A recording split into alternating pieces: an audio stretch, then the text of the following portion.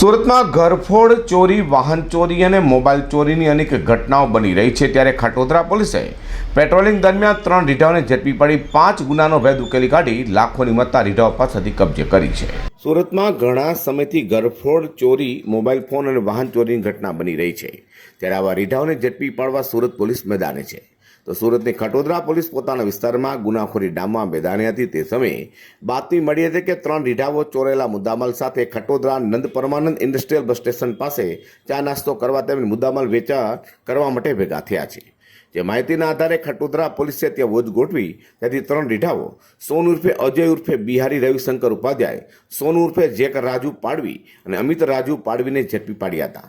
પોલીસે રીઢાઓ પાસેથી ચોરેલા મોંઘાદાર mobile phone, મોટરસાયકલો સહિત 2,87,000થી વધુનો મુદ્દામાલ કબજે કર્યો હતો. તો રીઢાઓ ખટોદરાની હદમાં 2, ઉમરાની હદમાં અને 2 તેમજ પાંડેસરામાં એક મળી 5 ગુનાની કબૂલાત કરી છે.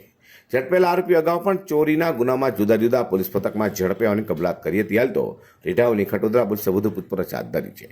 Bureau report G10 news.